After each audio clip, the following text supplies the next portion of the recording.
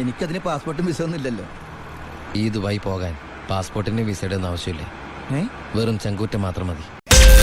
ശ്രീ ദിലീപിന് big boss വീട്ടിലേക്ക് സ്വാഗതം. ഹായ്, എവിടെയായിരുന്നു? എവിടേക്ക് അന്വേഷിച്ചെന്നറിയാമോ? പത്രത്തിൽ കൊടുക്കാൻ പോയതാ. ശ്രീധുവാണ് ഇവിടുത്തെ കെയർ ടേക്കർ ഇപ്പൊ അല്ലേ? ഞാൻ പവി കെയർ ടേക്കർ. വെറുതെ ചിരിപ്പിക്കരുത്. നിങ്ങളുടെ ഇടയിൽ കുറച്ച് നേരത്തേക്ക് ഞാൻ കെയർ ടേക്കറായ കുഴപ്പമുണ്ടോ?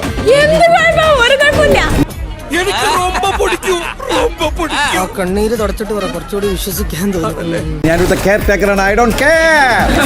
ഓ, എന്തൊരു ചളിയാടോ. ചളിവാരി അങ്ങ് തെറിപ്പിക്കുവോ, പൊത്തുവോ ചളിവാരി. എന്ത് പറ്റി തലയല്ലേ? അയ്യോ, ഒന്നും പറ്റിയതല്ല, ഇത് പുതിയ സ്റ്റൈലാ.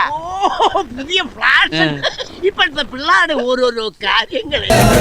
അപ്പോൾ 50-ാം ദിവസത്തിൽ എത്തുകയാണ്. നിങ്ങൾ ഇവിടെ നിന്ന് എന്റെ സിനിമ 50 ദിവസം ഓടാൻ വേണ്ടി പ്രാർത്ഥിക്കുക. ഇനി ഒന്നുകൊണ്ട് വിഷമിക്കണ്ട, ഇവിടുത്തെ കാര്യം ഞാൻ ഏറ്റു.